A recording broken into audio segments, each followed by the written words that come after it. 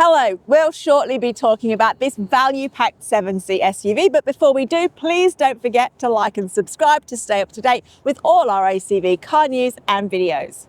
This is the value-packed MG QS 7-seat SUV. It's one of the larger SUVs on the market, but it's also one of the most affordable. This top-of-the-range Essence model is priced from just $50,990 plus on-road costs. Now that's a lot of car for the price, so let's have a look and see what's on offer.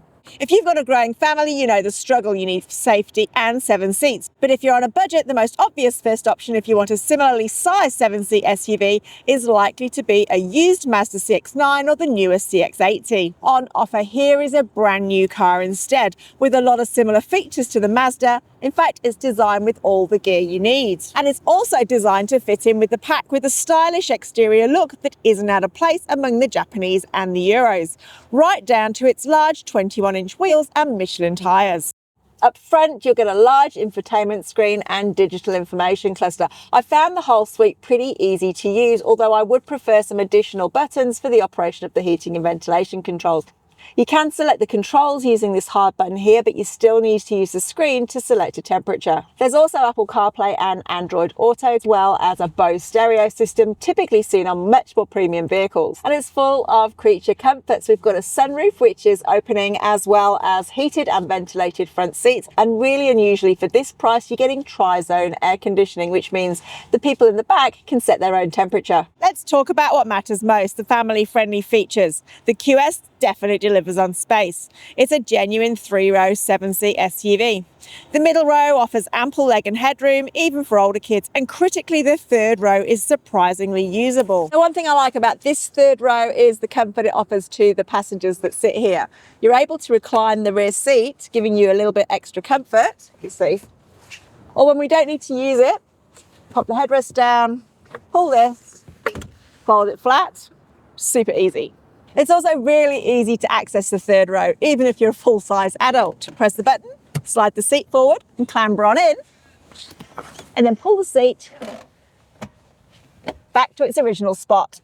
There's also plenty of accommodations in the third row. We've got phone charger here.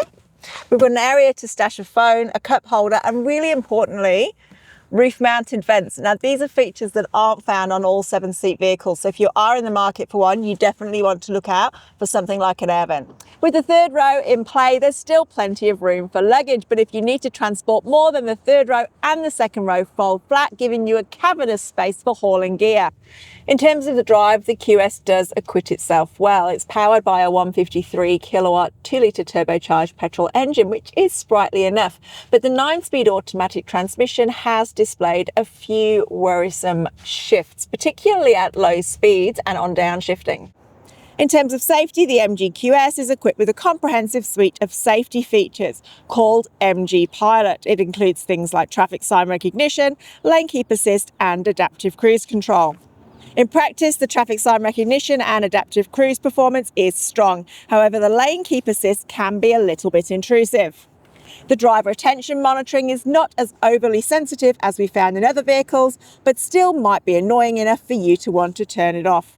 The QS is available as both a front-wheel drive model, that's the more affordable Excite, and then this one, which is an all-wheel drive model in the Essence. Now, this one also features electronically controlled suspension, and I have to say it makes a real difference in managing the ride. We're doing some urban driving right now, and it hasn't got too harsh a ride at all over the speed bumps. Where this car has really surprised is how compliant the ride is in the country. Typically, country roads will really show up vehicles with poor or harsh suspension, but in this one, the ride is really very smooth. Now, in terms of fuel economy, well, because this isn't a hybrid, you're not going to see the world's best fuel economy numbers from it, but it's also not too shabby. What I will say is that you'll see a fair amount of variation.